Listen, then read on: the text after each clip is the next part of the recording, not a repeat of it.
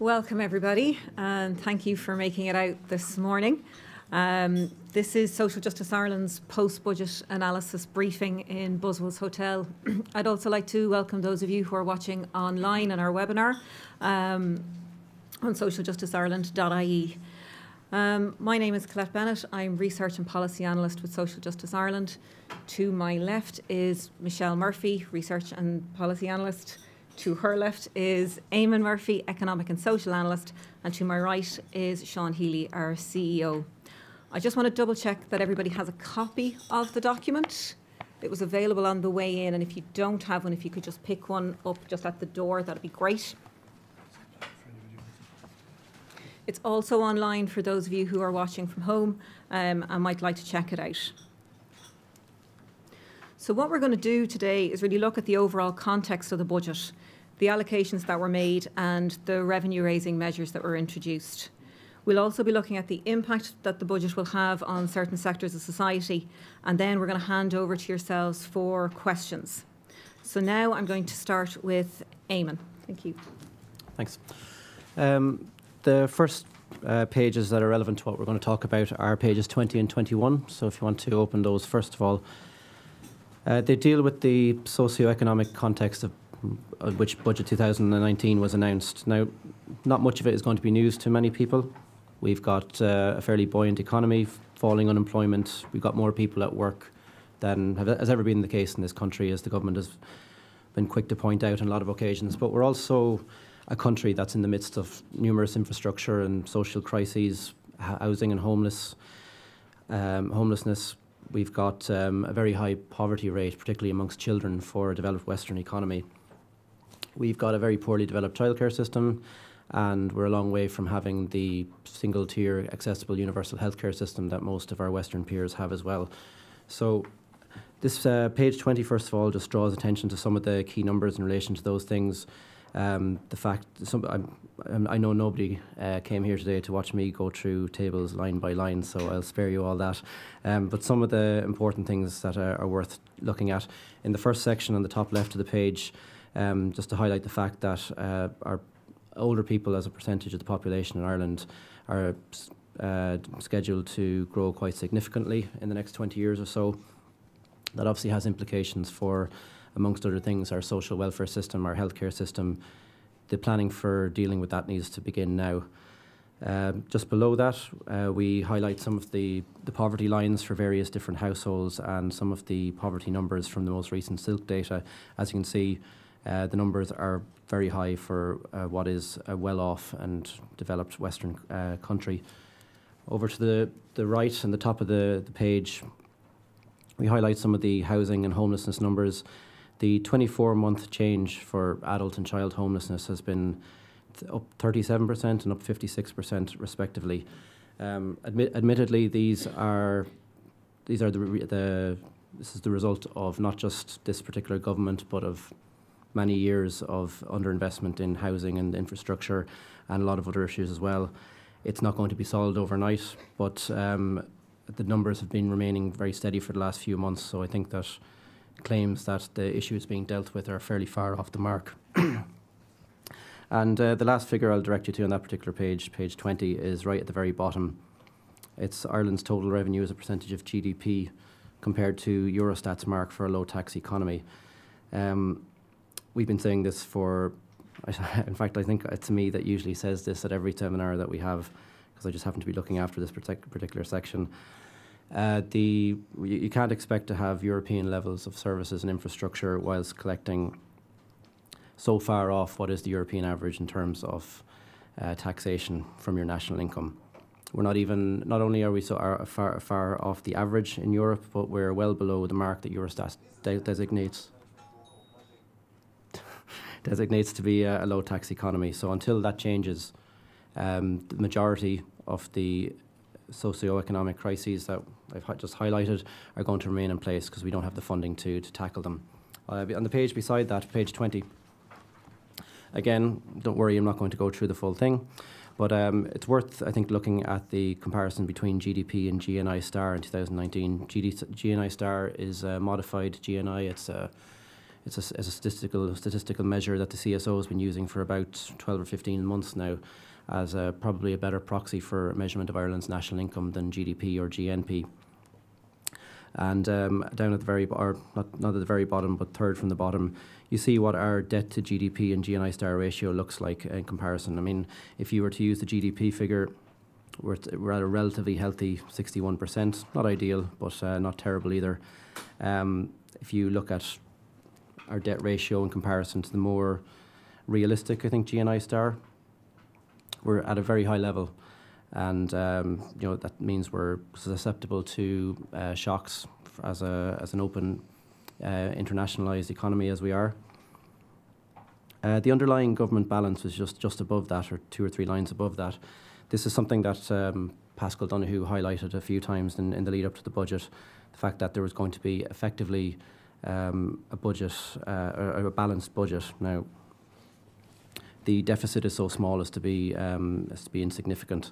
And what we would say in relation to that, we've no ideological aversion to balanced budgets, but if you think that that's a fiscal goal that's worth pursuing, we would say that you can do so still within the context, or shouldn't be done, I suppose, at the expense of not being able to provide the public services and social infrastructure that Irish people expect.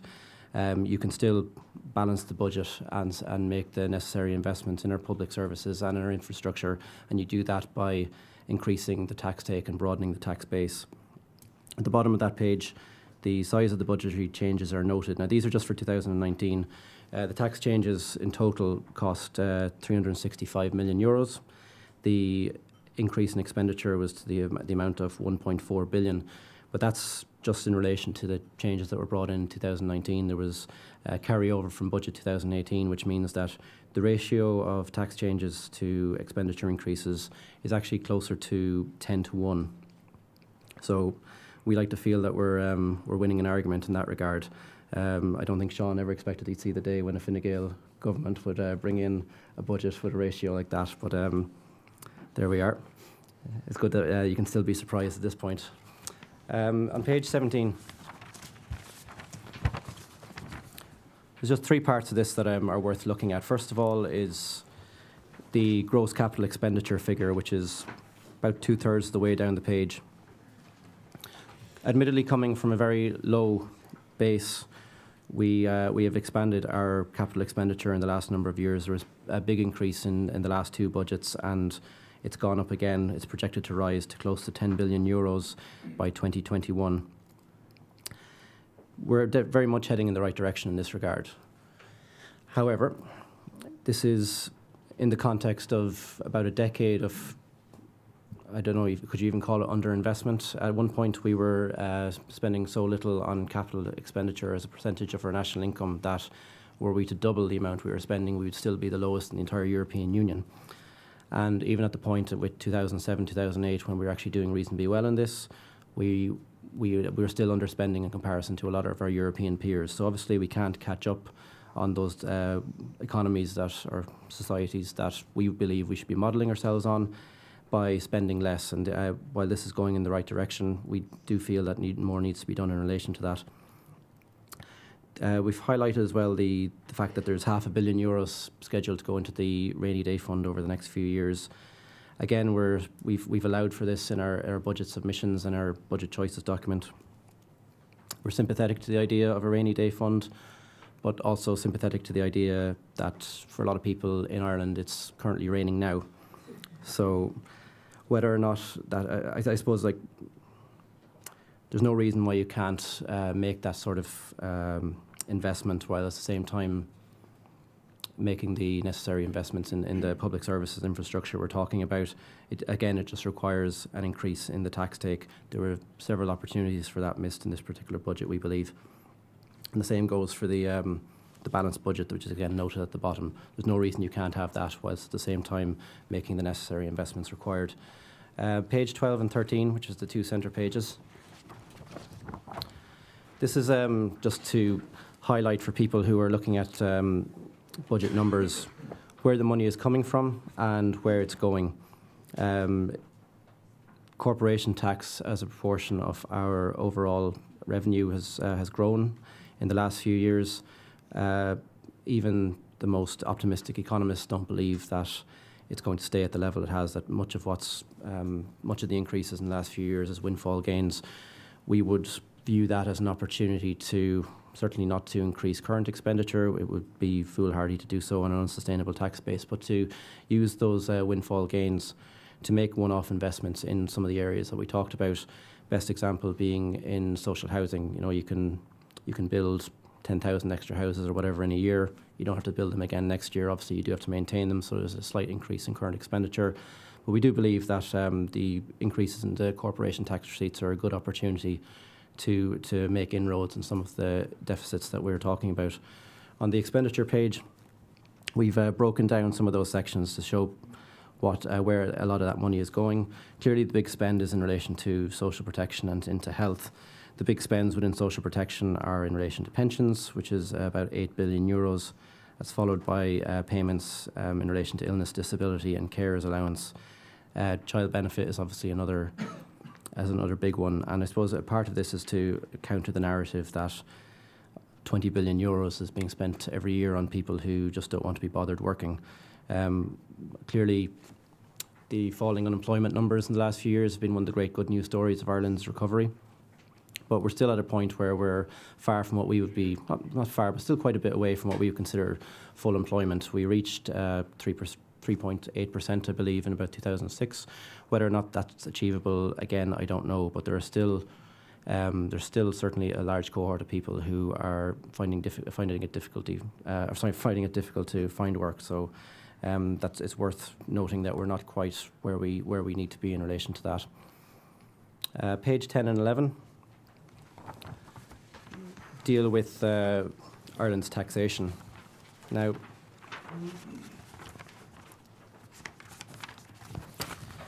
this is one of the most important sections of the whole document. I mean, tax plays a key role in shaping Irish society. It funds public services, it supports economic activity, and it helps to redistribute the resources of society to enhance fairness. As we've been saying, Ireland just collects far too little of its national income, of its economic output in tax. Now, for many years, we pointed out that the tax to GDP ratio was way off our European competitors. It's gotten to the point where GDP is such an unrealistic number, or such an unrealistic measure of the size of the Irish economy, that we decided something different was required. We've made a calculation of where Ireland needs to go in relation to overall taxation levels based on per capita taxation. Now, in 2016, our per capita tax take was 13,855 euros. That left us 10th in the EU 15. These are the economies that we believe we should be comparing ourselves to.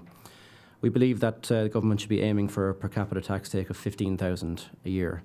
That's obviously not 15,000 off each person. That's part of the overall tax take when you take into account corporation tax, excise duty, VAT and all the rest of it. If we did move in the direction of reaching a 15,000 euros a year per capita basis, we would still be 10th in the EU, so it wouldn't affect our overall rank. We believe that Ireland can remain a low-tax economy, but shouldn't do so at the expense of not being able to provide the adequate supports that our economy and our society need. In our Budget Choices document, which we released in June, we made a number of requests of the government in relation to tax. We asked them to increase the PAYE tax credit and make tax credits refundable for low-income workers. We asked them to standard rate tax reliefs, particularly in relation to pensions, so that those on low incomes could benefit to the same extent as those on higher incomes.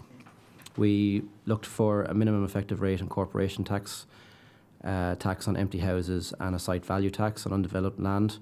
We asked government to equalise the duty on petrol and diesel, increase the betting duty and most prominently probably increase the VAT on tourism related activities.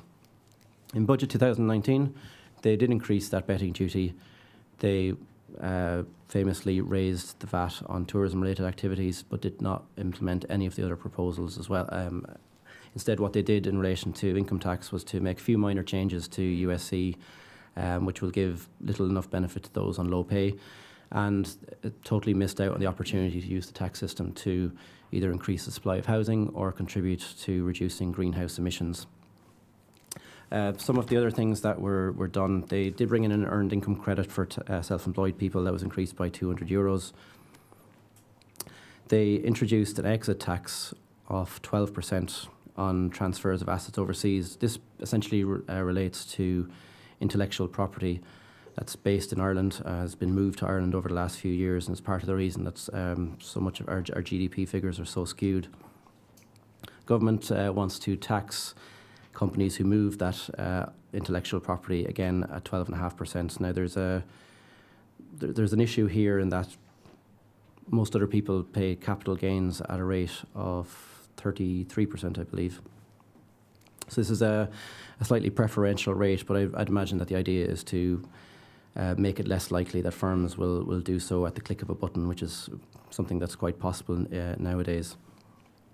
And in relation to the USC, just at the top of the second box on page 10, they widened the second band, increased it out to 19,874. That's to make sure that the minimum wage, which has just been increased, does not fall into the third rate of USC. And they reduced, of course, the third rate from 4.75% to 4.5%. So the key one in relation to income tax was just below that, is noted just below that.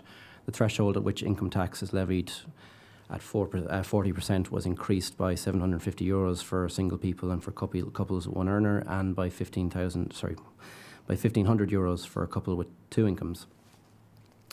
Now, before the budget, we brought out a document dealing with the issue of taxation. Ahead of the budget, we called for all available resources to be invested in public services infrastructure, but we're cognizant of the fact that the Minister is under pressure to give some kind of relief in regard to income tax. So we looked at a lot of the options that were available to Pascal Donoghue and to Leo Varadkar. They could have used the USC, the tax credit system. They could have tinkered with the tax bands for income tax and with the income tax rates. What they've decided to do is to move the tax bands, and that has had the effect of giving some benefit for people earning €35,000 or more. But there is a significant amount of people who will receive no benefit from that change at all. This is often portrayed as a method to give some relief to the so-called squeeze middle. The only two measures of middle income in Ireland that I know of are of the median income, which is about 28,500 last time I looked at it, or the figures from the revenue that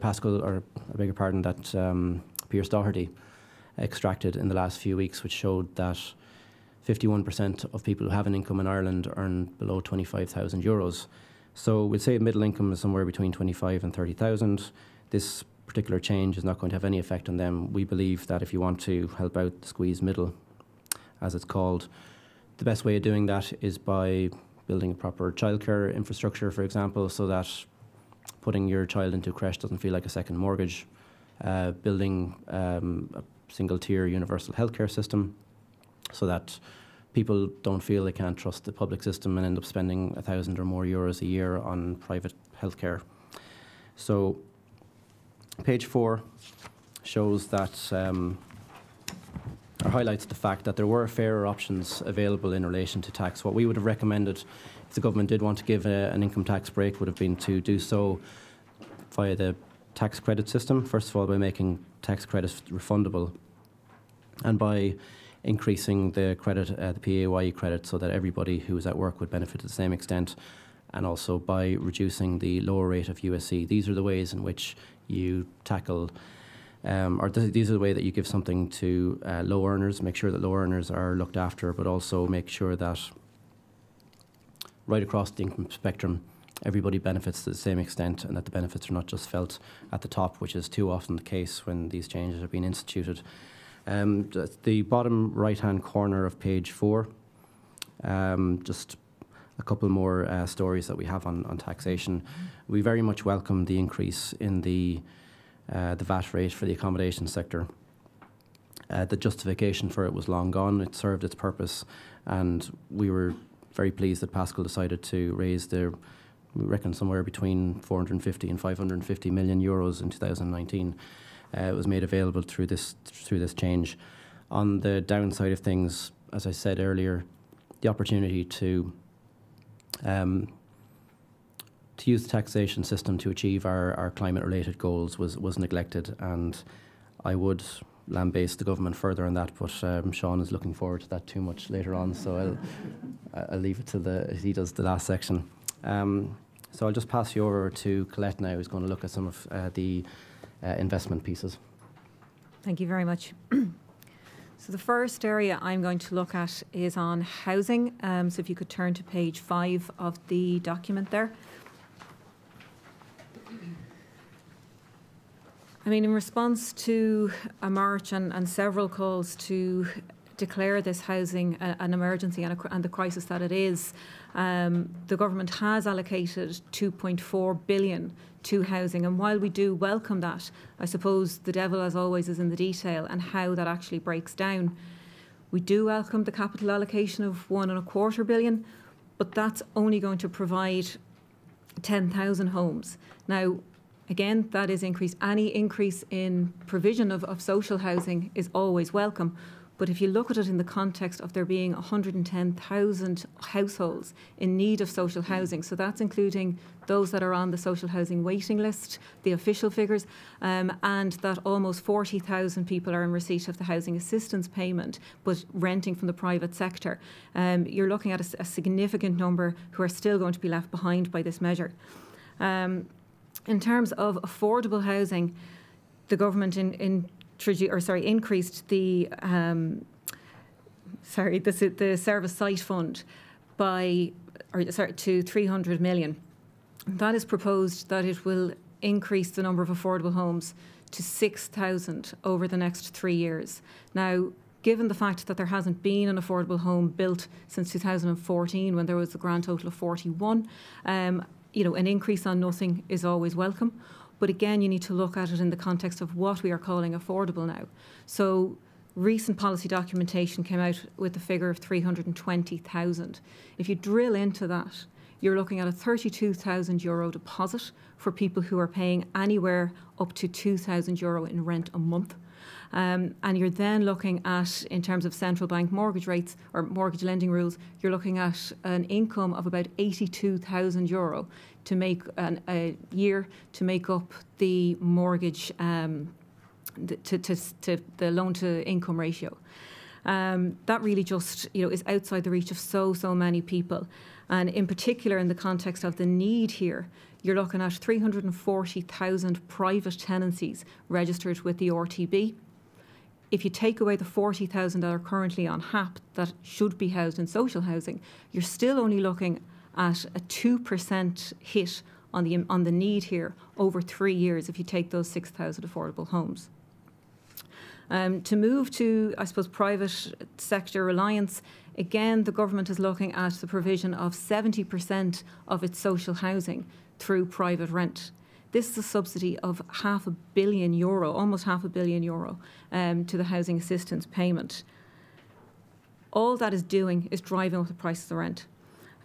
New entrants on HAP don't have a hope of getting a private rented accommodation, and those that are on HAP are currently in precarious tenancies because they have no more tenant rights than any other private tenant. While we certainly do welcome the Minister's speech, Minister Murphy, in relation to closing down loopholes on rent pressure zones and dealing with the issue of property inspections, again, it will remain to be seen if these are actually implemented and how that implementation takes place. Finally, in relation to housing, we're looking at the homelessness issue. We've got 10,000 homeless people here, including almost 4,000 children. 60 million was allocated in budget 2019 for homeless services. And while that is absolutely welcome, the primary provision is going to be around family hubs. Now, the Human Rights and Equality Commission came out and said that they shouldn't be the primary focus because they run the risk of institutionalised homeless families. We have almost 1,800 homeless families that run that. We do welcome the allocation of 30 million for homeless services. However, we are wondering where the allocation to Housing First, recently launched, is going to come from. The next item I'm going to ask you to turn to is page 11 on education.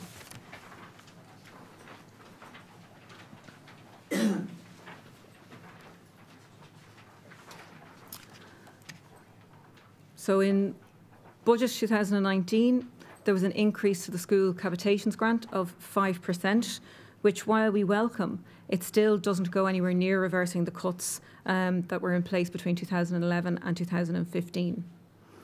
There are 1,300 additional posts in schools. 271 of those will be additional teachers, with 101 teachers in special classes and 950 special needs assistants. Again, while additional posts are always welcome, it really doesn't go far enough to support the demographic changes that are in place here. We regret the fact that the £500,000 Schools Excellent Fund is insufficient to support the 7 priorities, which include DESH schools and STEM. We regret dearly the fact that the Castles report, published in 2016, still hasn't been implemented in relation to finance for higher education. We do welcome the 0.1% increase in the National Training Fund and the increase to funding in relation to skill nets, which will hopefully address some of the issue around lifelong learning.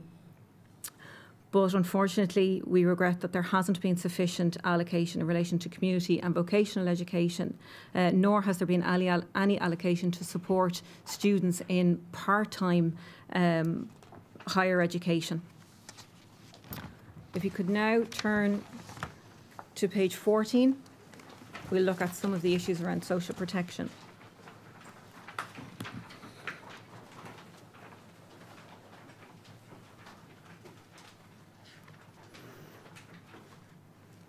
Okay, so the big headline was the €5 increase across the main social welfare payments. And while, of course, that is welcome, it still goes below the government's own benchmark that we had proposed an increase of €6.50.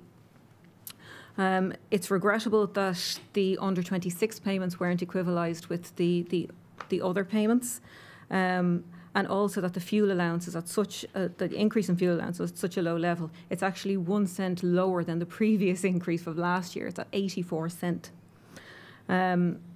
We do welcome the increase in the state pension of €5 a week, but we regret that, this is about as much as support has been given to elderly people, particularly those who are living alone and struggling on a single income.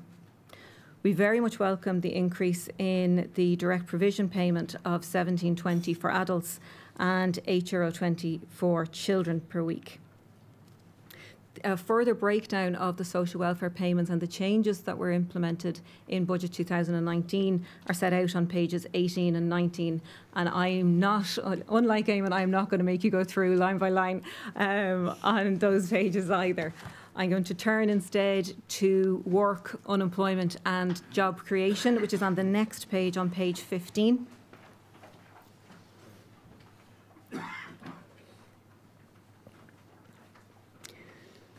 So there was a 9% increase to the Department of Business, Enterprise and Innovation, which of course is welcome. And while we do welcome the national minimum wage, as Eamon alluded to earlier, at €9.80 an hour, it's still below the living wage required to afford a minimum essential standard of living, which was benchmarked at €11.90. We do welcome the earned income tax credit the increase from $1,150 to $1,350. And we also welcome the increased allocation in relation to apprenticeships and training opportunities for people so that they can participate in the workplace. We regret, however, that while job seekers' entitlements were extended to the self-employed, a welcome measure absolutely, the payment necessary in terms of social contributions, PRSI, the adjustments have not been made to actually pay for that. We also regret, as Eamon said earlier, that government didn't implement the refundable tax credit, which would have a greater impact on the working poor. And also that there's very little detail in terms of how Brexit can be mitigated, and there is an issue around that on page 3 of our document. Finally, for me, if we turn to the next page on healthcare.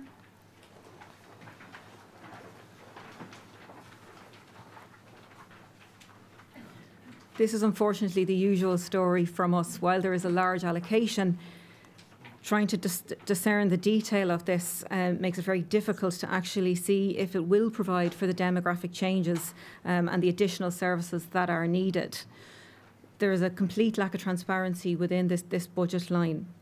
However, we do welcome the increase of 20 million for the integration fund to implement Sláintecare. And on World Mental Health Day, as it is today, we welcome the 55 million for mental health services. We also welcome the 2.5 million for disabled children and the 12 million for disabled school leavers, and the increased thresholds for the GP visit card. However, we had asked for investment in primary care centres and to focus on community health. This would both integrate health supports within communities and would also relieve some of the pressure on acute services and hospitals. And it is deeply regrettable that that has not been implemented in Budget 2019. With that, I'm going to pass you to my colleague Michelle to take you through some of the impacts of Budget 2019.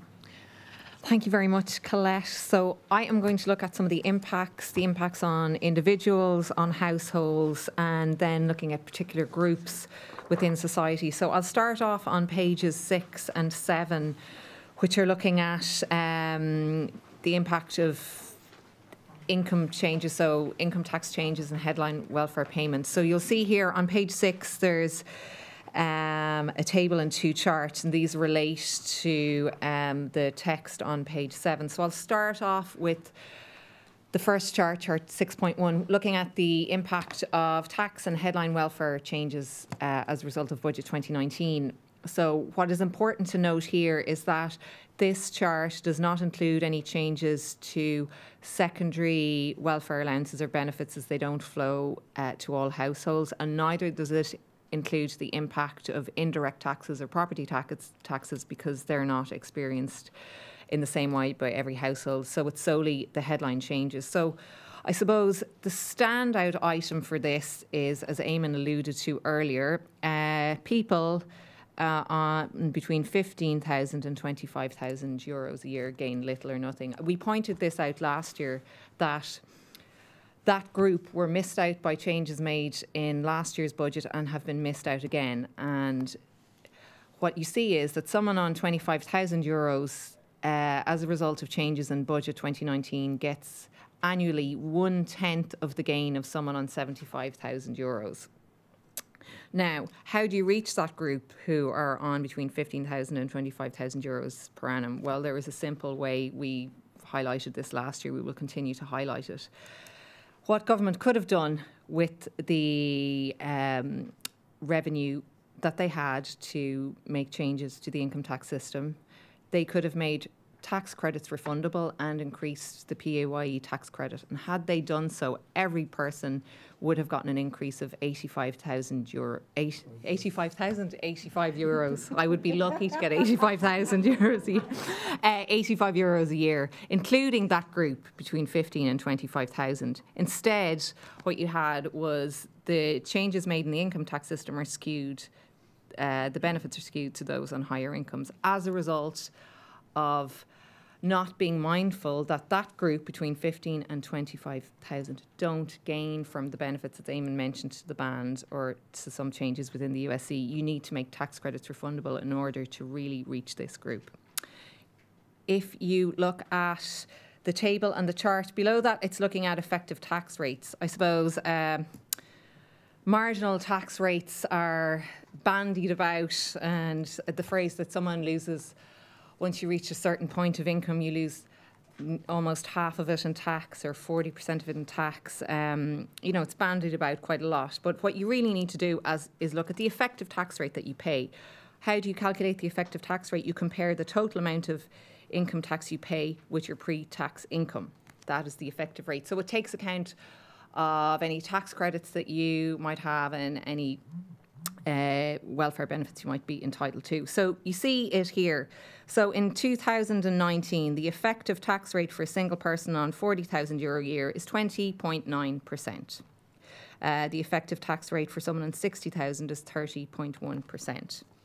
Now, if you look at the chart below that, it shows the effective tax rates from 1997 up to 2019, and what you see is the effective tax rate for everybody was much, much higher in 1997. As you can see there, 2007, 2008 were the low point in terms of effective tax rates in this country, and 2007 and 8 are not the years that we want to go back to in terms of designing our income tax system. Finally, on this page, as Eamon referenced earlier, we continue to highlight that Ireland's overall tax take remains inadequate. Over the crisis, there has been a significant increase in tax take from households, but we haven't looked at how we might broaden the base and look at taxation on wealth, for example, or looking, as Eamon mentioned, to standard rate tax expenditures, amongst various other issues.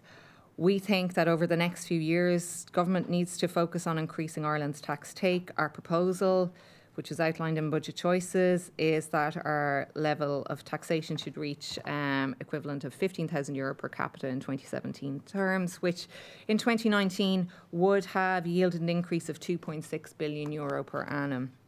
Would be a very small overall increase in taxation levels, but think of what government could have done with €2.6 billion in terms of addressing social housing need, properly implementing sláinte care, resourcing and developing our childcare sector, looking at how you address some of the deficits in education, for example, and how you fund higher education. Now, the next page I am going to go to is page 8, which looks at the impact of tax and benefit changes on households.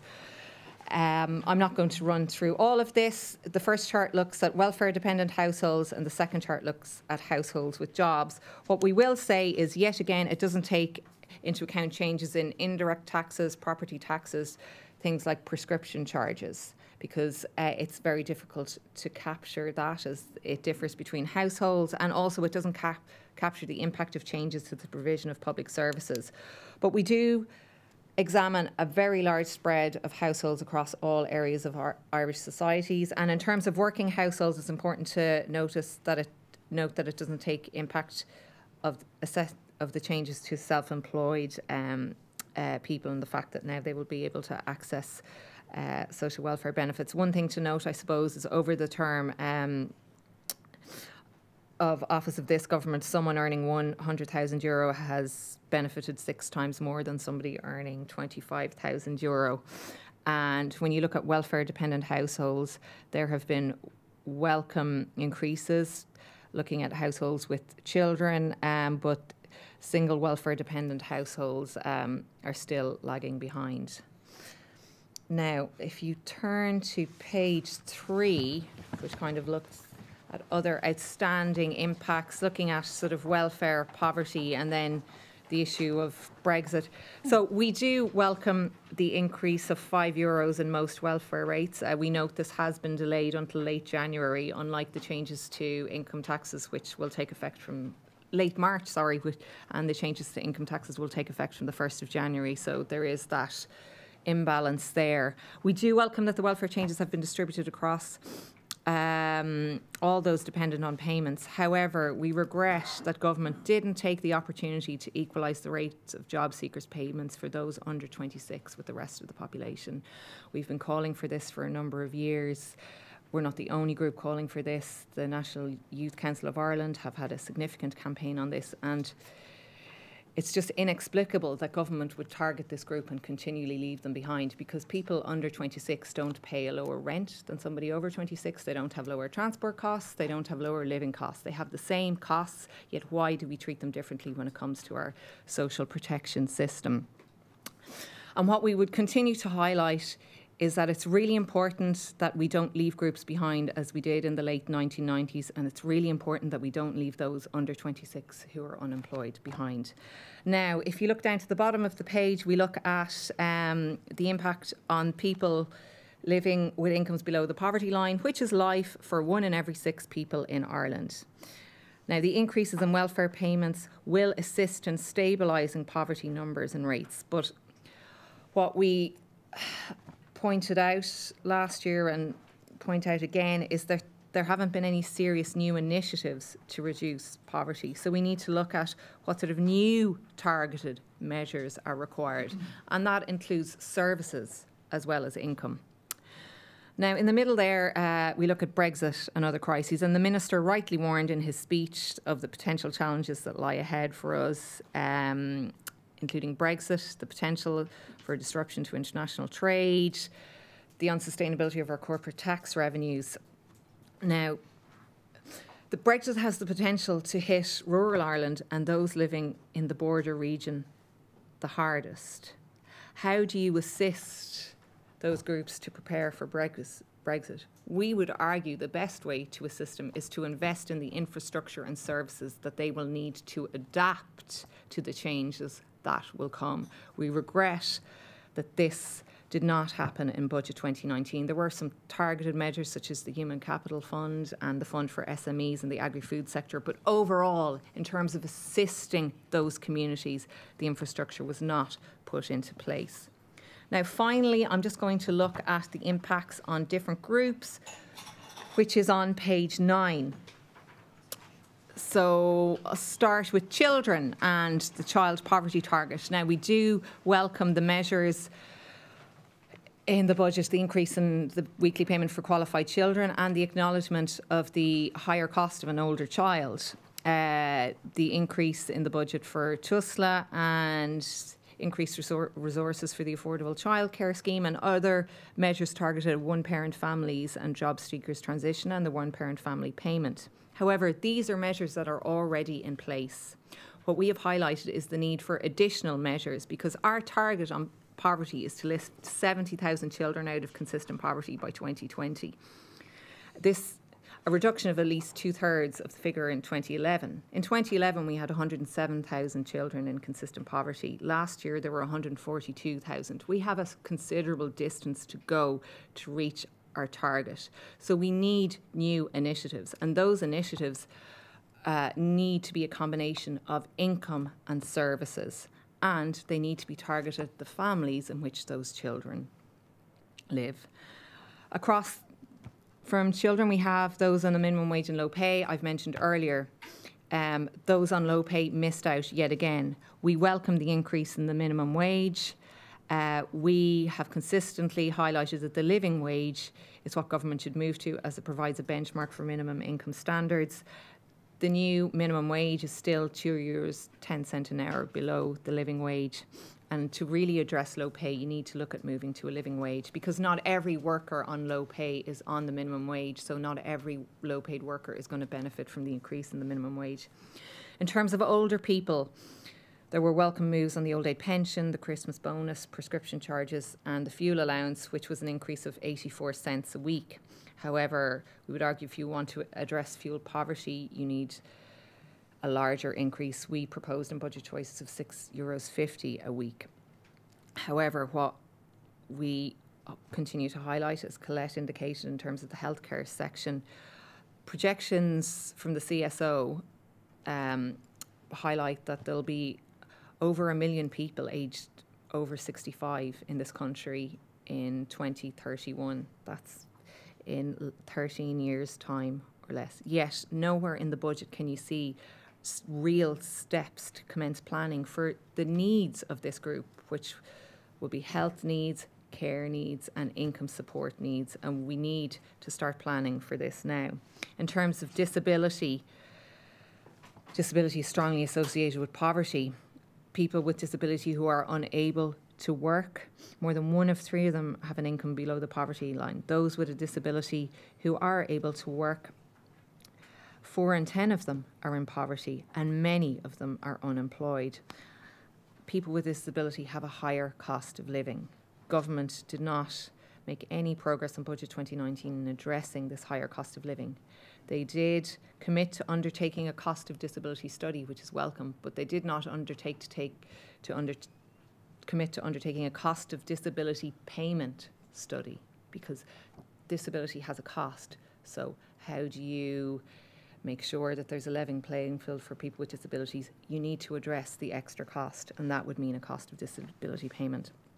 Finally, looking at the environment and rural communities, we are profoundly disappointed that Budget 2019 contains little or nothing to ensure that we're going to meet our international climate commitments in 2020 or in 2050. Inexplicably, we are pursuing policies that ensure that we're going to exceed our limits in 2 years' time, leading to significant fines of up to 1.4 billion. The most conservative estimate is fines of at least 500 million. However, given that we are continually overshooting our target, government is going to have to find the money for these fines in 2 years' time. We proposed in our budget choices document that carbon tax should be increased, and in combination with an increase in carbon tax, you implement an appropriate mitigation and transition programme for low-income households in rural communities. There was reference made that Brexit is the biggest, one of the biggest challenges facing this generation. Climate change is the biggest challenge facing this generation, the next generation, and the generation after that. And one of the groups who will be most impacted by climate change are rural communities. We need to help them transition to adapt to the impact of climate change. According to the latest UN report, we need to reduce our emissions by 45%, our carbon emissions by 2030. We're exceeding our targets, not reducing them. We're not going to be able to reduce them by 45% by 2030, but we in this budget didn't even make an attempt to start this. A mitigation and transition programme should have and could have in this budget included increased financing for the rural transport scheme, retrofitting programmes for houses, community buildings, investment in community energy advisors and community energy programmes, investment in the development of a circular economy, increased funding for renewable energy schemes. Unfortunately, it was a complete missed opportunity in this regard. And in terms of the Department of Rural and Community Development, there was an additional allocation. We welcome that. The largest portion of this allocation will go to the Rural Regeneration and Development Fund. However, government has an action plan for rural development. If it's going to meet its own commitments in that action plan, a significantly higher level of investment is required, and the delivery of broadband is required. So, in reality, for rural Ireland, Budget 2019 demonstrated neither ambition, leadership, nor commitment.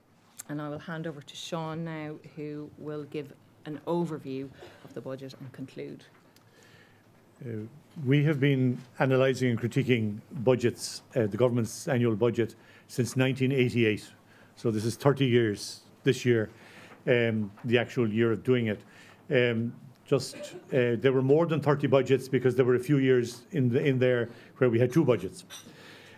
What we've done on page 22, if you go there, is to identify out just a dozen. We could have done more, done more 30, but we picked out a dozen items that we see ourselves making some progress on. In most of these areas, not all, in most of these areas, further progress is required. But I think it's good to sort of acknowledge progress on policy proposals when government actually moves in the direction we're suggesting. First of all, the programme for government said that there would be €2 of investment for every euro of tax cut.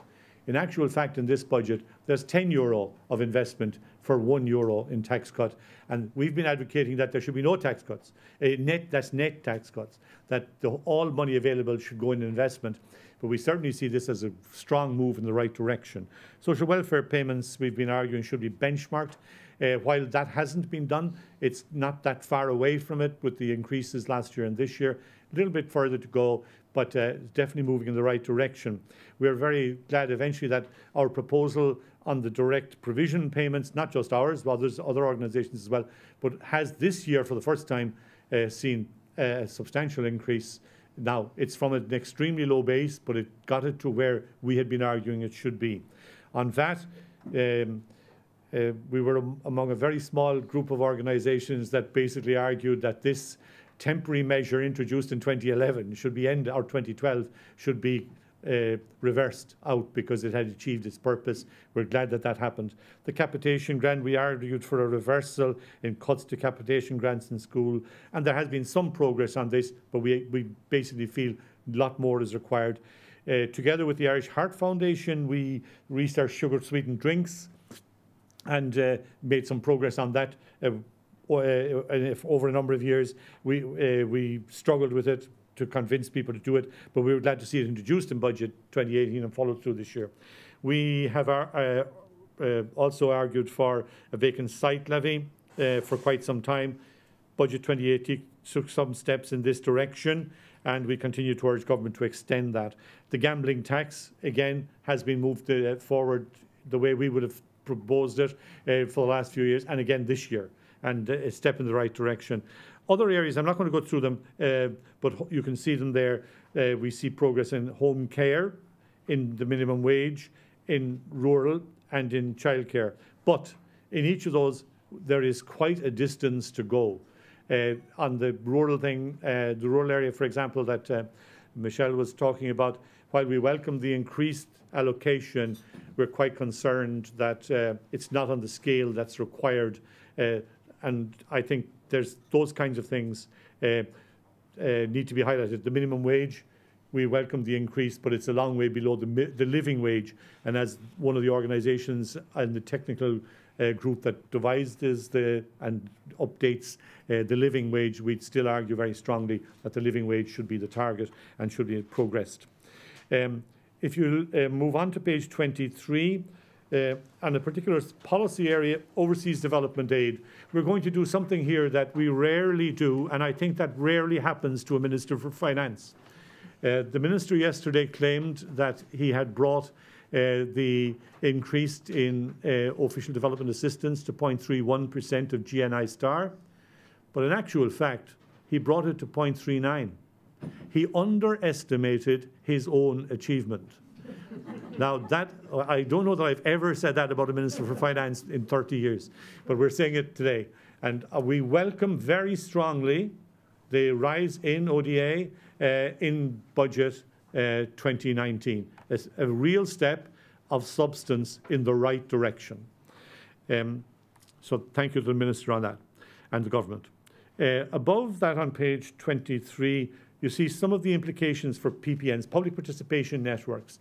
There's a public participation network in every one of the 31 local authorities. They pull together all the community, voluntary, social inclusion and environmental organisations in those particular local authorities. And what we have done here is we've pulled out all the sort of relevant budget allocations and we've identified the new money and the allocation and the increase, the sort of increase that has been there in each of 6 areas. Now, we've picked these areas because they are the areas, the 6 areas that the 31 public participation networks are developing statements of well-being on. Every one of the 31 PPNs is actually developing a statement of, or working towards developing a statement of well-being for its area into the future. And the 6 areas are health, economy and resources, social, political participation, values and environment. They're the 6 areas. What we did here is pull these out. I'm not going to walk you through them, but I would say 2 things. There's still a long way to go in providing sufficient resources for community, voluntary and social inclusion organisations, which have not seen anything like a return on the cuts or a reversal of the cuts that they experienced. A great many others have more or less seen the cuts reversed, but not community, voluntary and social inclusion organisations. The second thing I would say is the final call on the Department of Rural and Community Development, the final call on the allocation of their increased 2 million, I think it maybe hasn't been worked out in full detail, and we would strongly urge that money be made available for additional support for these public participation networks at local and local level, simply because they actually have 12,500 organisations who are signed on this year. They're not sort of notional organisations that have been around and probably signed on 30 years ago and they're dead and buried long ago. These all signed on this year. Okay, 12,500. The annual report on them will be launched by the Minister tomorrow at the annual conference of PPNs.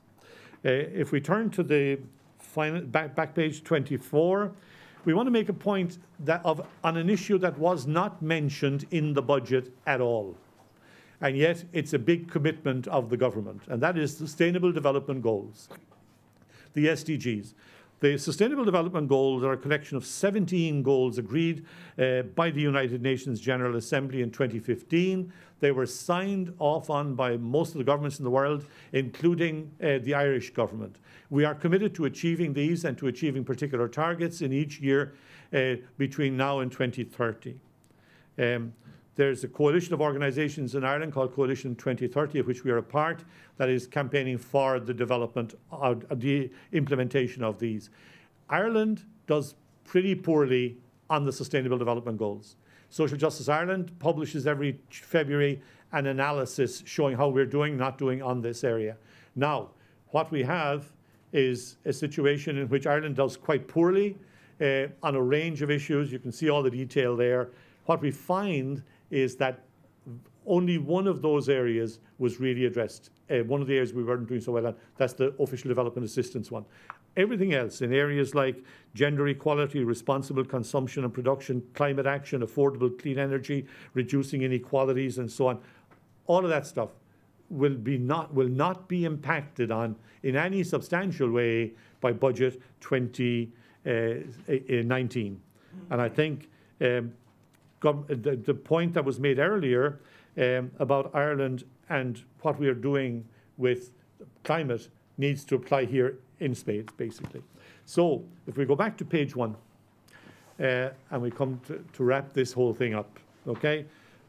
Basically, what we're saying is that budget 2019 fails to make any notable impact on Ireland's entrenched inequalities, and it fails to tackle any of the major challenges the country currently faces. Now, there's a lot of talk about social investment in the budget documents, but there seems to us to be a reluctance to support much-needed tax increases to fund public spending, and that would be required to tackle these inequalities. Currently, just look at the basic numbers. There's 780,000 people in Ireland in poverty. There's over a 250,000 of those are children. Over 100,000 of these people who are in poverty actually have a job. A job is not the poverty fighter or the answer to poverty that they were basically promised. There's 110,000 households that require social housing. There is no program of any substance to tackle these issues. Not alone that, you can go through it and make your own list. Things could be added to it, like, for example, we have a very inadequate rural broadband system. And that how do we generate a sort of a more balanced regional development if we don't put broadband in? Because you can't run, not alone can you not run an economy, you can't run a society anymore without serious broadband. So, budget 2019 provides little bits of money for lots of this. However, it fails to provide the resources on the scale required to address any of these challenges. And I think that most economic indicators, when most economic indicators are positive, as they are at the moment, and we acknowledge that, the economy is doing well, employment is almost at close to full employment, migrants are returning, former immigrants are coming back, there's a lot of positive things out there. That's the moment to invest in dealing with the challenges that need to be addressed. If we don't do it in a time of plenty, we're simply going to continue muddling along the way we have been for the last couple of decades. We need to have serious decision to tackle each of these major issues: the poverty, the climate, the healthcare, the rural broadband, the childcare, the various things that we have identified already. And I think we need to take heed of the shocking social exclusion being experienced by large numbers of our people. I mean, it's shocking when you think about what Michelle said. 1 in every 6 people in Ireland is actually living in poverty. That doesn't have to be the case. It shouldn't be the case. We need to take a long-term view and go at what needs to be done. On page 2, we highlight a couple of things that need to be done. One, we're saying that if we don't actually tackle poverty and so on, we'll actually pay for it by seeing our economic growth slow down, with poorer levels of education, reduced economic output, severe health issues, ongoing housing crisis, and reduced competitiveness on the international stage. The whole issue of tackling poverty and these other big issues that we're talking about, it's such as the childcare and the housing and so on, if we don't get to grips with that, we have all of these other consequences. It's not in some way that we have those prices in a corner and they affect a certain amount of people, but everybody else is okay. That's not the case. You actually have this impact both economically and socially. So I think there's a whole issue there. An example, tax changes could be much fairer. We were making this point earlier, or this point was being made earlier by Eamon. Like, the numbers are there, the annual numbers, we gave you the numbers earlier on the weekly numbers. Like, a low-paid worker gained €26.50 as a result of this by tax changes and the USC. But a person on a higher income gained 10 times that. And not a person doesn't have to be on a huge income. A person on 75 grand gets 10 times more of a gain. Now, the gains aren't huge, but they are widening the gap, and they're taking us in the wrong direction. And the real thing that I suppose would sort of I would like to highlight is the fact that we have shown how you could avoid that. With exactly the same amount of money, you could have given everybody, including those guys down at 25 grand, you could have given everybody €85 a year. And that would have been very fair. Same amount of money involved. We've shown how it can be done. The kind of stuff that is going, the kind of thinking behind yesterday's budget still produces this problem that isn't really being addressed. A few other things I just want to highlight. The greater public investment is still required. There is an improvement, has been certainly an improvement in investment. We acknowledge that from the days when it was dreadful, at a dreadfully low level. However, we are not investing what is required to solve, for example, our housing problem. We are not building houses on the scale required and to tackle the social housing issue. And we are, at the rate we're going, we are not going to crack it anytime in the next decade. So we're going to wind up like 10 years from now, with still in the middle of a housing crisis. So I think there's a real issue there. The issue of transparency on the budget is one that bugs me because I have argued at these events before in recent years that we used to get a lot more information about the budget 20 years ago in the budget documentation than we do today. And while we get far more documentation today, an awful lot of it is not that enlightening. And if you wanted to take an example, we would say, look at yesterday's health budget. And we would challenge you to find out what's going on in health. And we know these numbers pretty well, and we're saying a very simple thing. Those numbers in that budget don't add up. Okay? That's a very strong thing to say.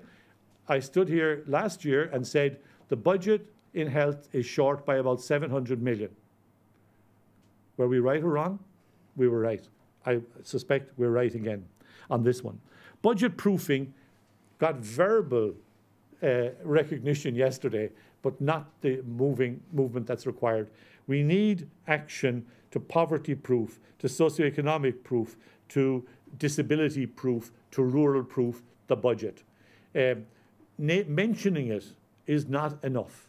We need action. We've been looking for proofing of the budget for 20 years. We're not alone in this, by the way. There's a lot of other organisations arguing the same case. But until such time as the government is serious about looking at the implications, social implications of its budget, we've got a problem.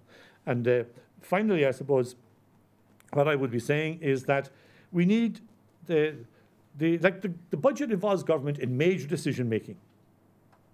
It decides how its available resources are going to be used in the years ahead, or in the year ahead, and sometimes further than that.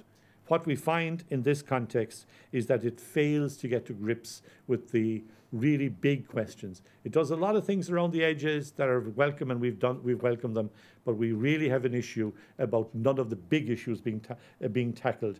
And we would argue that Ireland needs to extend our understanding of fiscal policy beyond economic growth alone to give equal weight to just taxation, decent services and infrastructure, good governance and sustainability.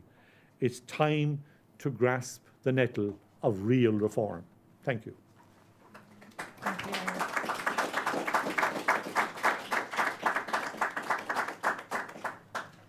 Thank you very much for that. So for those of you who may have questions, Bridget has a roving mic. I'd ask that you hold your questions until she has reached you with it, so that we and the mics can pick you up.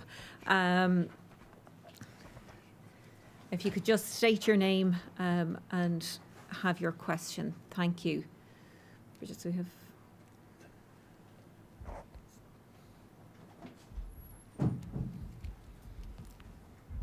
Hi, my name's Janet Horner. I work with Senator Alice Mary Higgins.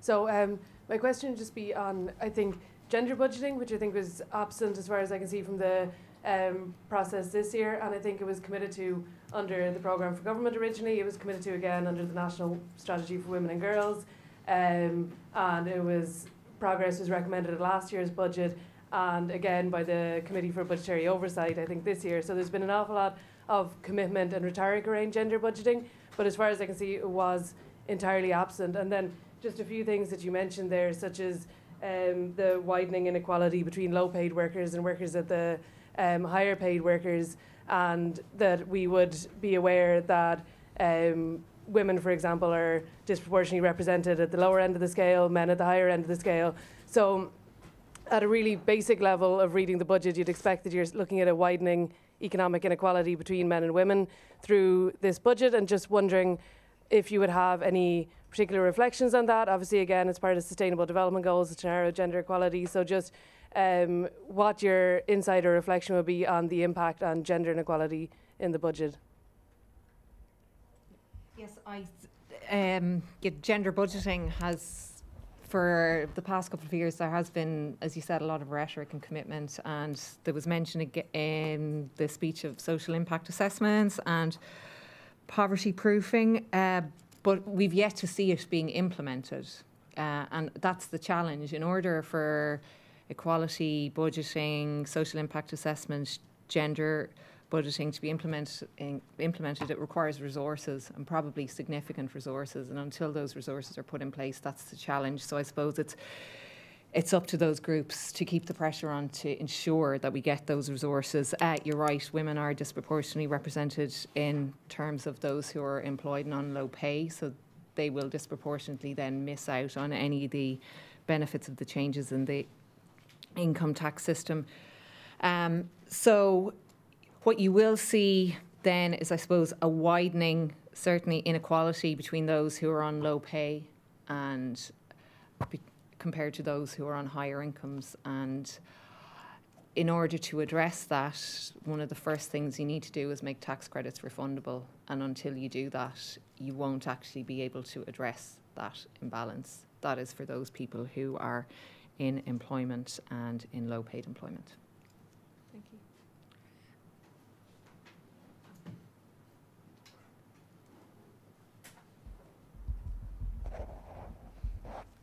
Hi, Zutun. I am Karen Wise. I'm the National Chair of the National Council of the Status of People with Disabilities. Originally, we were the Irish Council of People with Disabilities, then we got rebranded to PWI, and we were totally defunded by the Irish government in 2012, budget 2012. So As for gender equality, I'm the chair and the secretary is a man. So it's 50-50. We get paid the same, nothing. Because the government thinks so little of people with disabilities that we don't have a representative national body of people with disabilities, cross disability, underneath the UN CRPD rules. Imagine if they defunded the Women's Council or the Refugee Council because there was the funding was withdrawn. There was an uproar. This happened 6-7 years ago, nothing done. We are people with disabilities. We want to represent ourselves. We're quite capable of representing ourselves. And we just want to point out that discrimination is embedded in every aspect of Irish society against the person with disability. As Father Sean was saying, is that we're not economic units. We are citizens. We have a right to a full and active life to the very best of our abilities. We want jobs, we want supports, but we want respect and the dignity that is due to us. I mean, the government has, sorry, I have a speech impediment. The government has ratified the UN CRPD. We're one of the first ones to sign. We're one of the very last ones to ratify, but the optional protocols are not there, which means that if the government decides not to implement what it's supposed to do, there's no consequences. It's just a piece of paper. You may as well just put it up on the wall and take a picture, because that's all it's worth. Sorry, no.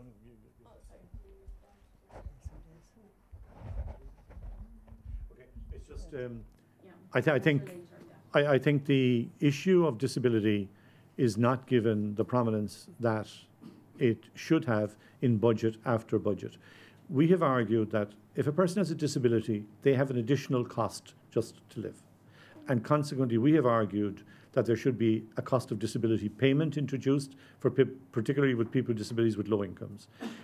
We have made no progress of substance on that. Interestingly enough, yesterday, as pointed out earlier, yesterday the government committed €300,000 euro to a study of the cost of disability.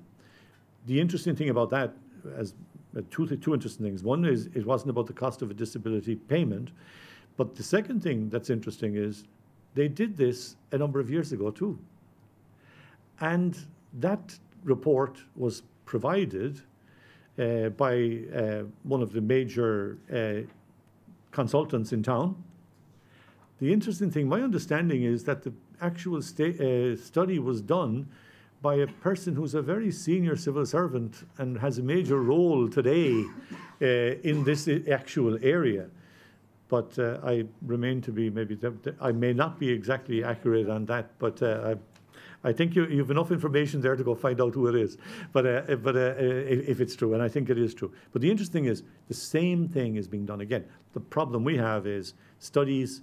There's a point at which you have to go beyond this and say, we do it, we need action on disability, the UN stuff needs to be ratified. There's and gone beyond, and there's a whole lot of stuff in that area, and I think we're very solid on that. So, okay.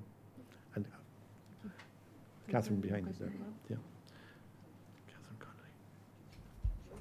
Two things. One is to say thank you, and one is to make a comment. Thank you very much for all of your work. Catherine Connolly, TD, Galway West, South Mayo. That's okay. Just one is to thank you very much, and thank you for helping us change the language of the debate in the Dáil. That's the first thing.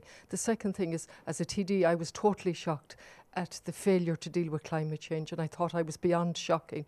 And I'm also shocked at the misuse of language in relation to social housing, that we continually talk about social housing that's not social housing at all. And finally, I think we might have it made as a democracy when the government produces this type of analysis, both prior and subsequent to the budget. And that would be the role I would see for the independent budget advisory committee. And I would hope that's where we're moving, that we get that type of analysis both before and after. And that would be a sign of a very healthy democracy, and consequent on that, a very healthy economy. Garmil Magav. Thank you very much for your comments there, Catherine. Certainly in relation to the language that's used, it's very important and can often be quite misleading. For example, we talk about social housing solutions, but really what we're looking at is private rented subsidies. We talk about reductions in social housing waiting lists, but really what we're talking about is reclassification of rent supplement into HAP. We talk about not yet hitting the 10,000 homeless as if that's a good thing, when really what we're talking about is people that are temporarily accommodated in local authority homes, whose local authorities are saying they are temporarily accommodated, are not included in official figures. So it is absolutely important that we continue in this work, and others like us, to call that for what it is, and to continue to actually make the bold statements in relation to it. So thank you so much.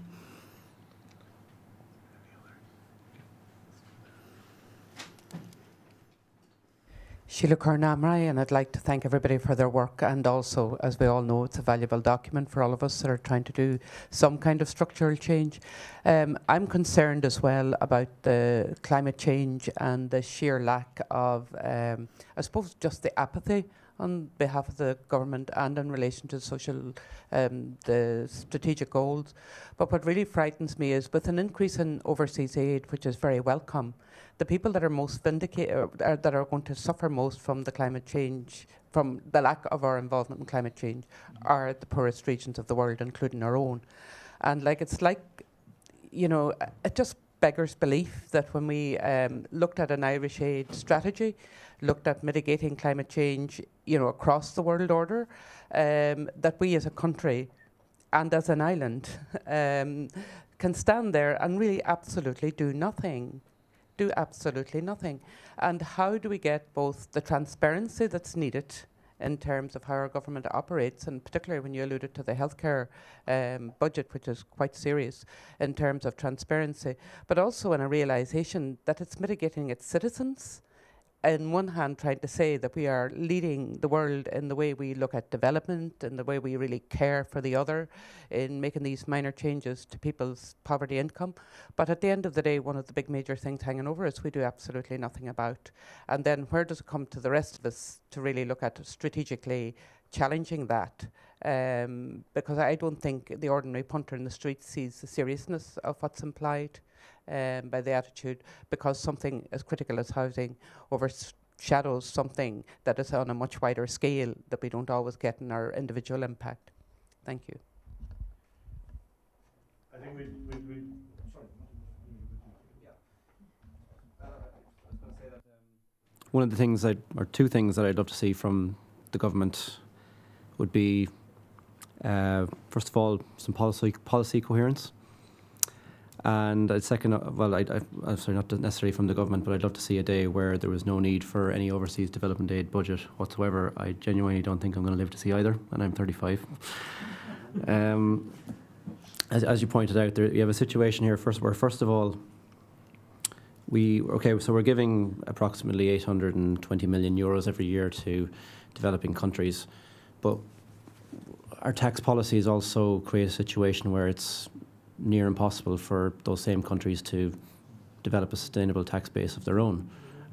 So at what point do they get to a position where they can provide their own public services and infrastructure without the assistance from developed countries like ourselves?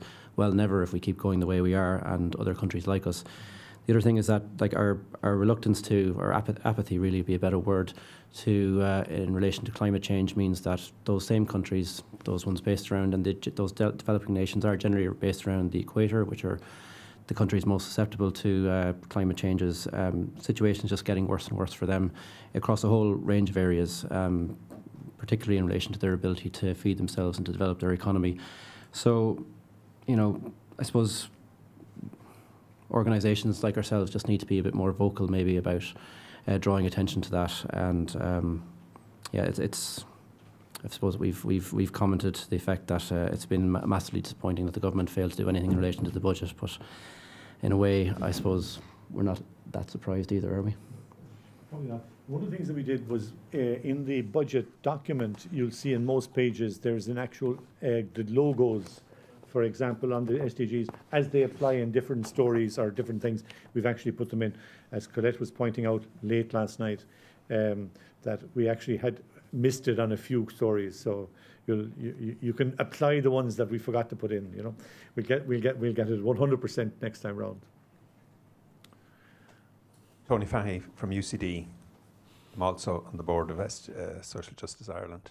Could I just follow up, Eamon, a question on the one of the items you highlight is the a recommendation for a 6% minimum effective tax rate on corporate tax. Could you just say, first of all, have you made any estimate of what sort of revenue generation that would create? And secondly, it seems a very modest target to be aiming for. Have you any take on what the government response, and I don't mean just government, I mean across the political spectrum, it seems very hard to shift policy on this one. Have you any take on what the current, is there any evolution there? And of course, because we have a lot of international responsibilities in this front as well, it's not purely a domestic matter. Thank you. Sure.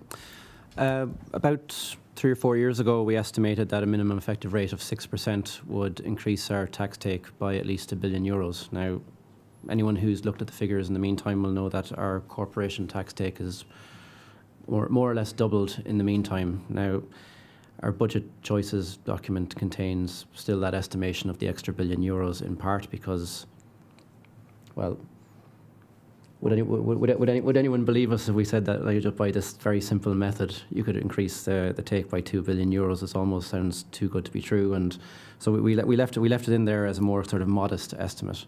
But as we were talking about this actually recently in the office, our figures our calculation for that method is actually up on the Department of Finance's website. We made it in a submission to the Corporation Tax Review approximately 12-18 months ago, and neither the Department of Finance nor anybody else has corrected us on our method of calculation. So I'm thinking between $1 billion and $2 billion, but possibly even more in relation to that.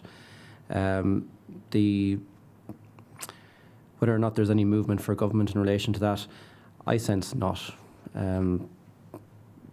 You're right, there probably is a modest approach that if you're going to have a 12.5% headline rate, you think that the least we could do would be actually implement it. But I suppose we're driven in some ways by the political climate and the acknowledgement of the reluctance to really do anything in relation to multinational corporations. So maybe that's part of why we say 6% rather than what we'd like to see really would be a 17.5% rate across Europe, international agreement on that with a minimum effective rate of 10. But you have to start maybe, especially in relation to corporation tax, and because it's such a sensitive topic in Ireland, maybe you need to start a bit more modestly. And I think if we could get that minimum effective rate of even 6, it would be a first step on the way to ensuring that these corporations do pay their fair share in Ireland.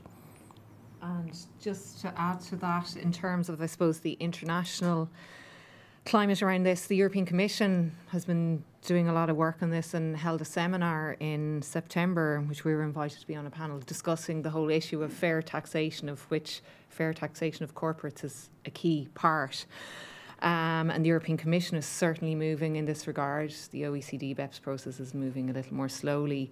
But I think Ireland will be forced to move on this. We're part of the European Union, and it's not just our headline rate, it's our actual tax regime that we need to look at changing, because if we don't eliminate some of the loopholes or parts of our regime that are used by large corporates to legally reduce their tax bill, then it will be argued that a minimum effective rate won't necessarily make a huge difference. We would argue if you eliminate those loopholes, introduce a minimum effective rate, and work with our European partners to actually build a fair taxation system across Europe, you will not only generate income for Ireland, but you will generate income for every member of the European Union, and you won't have the situation which we have now where individuals feel like they're the only people in this country who pay taxation, because what they see is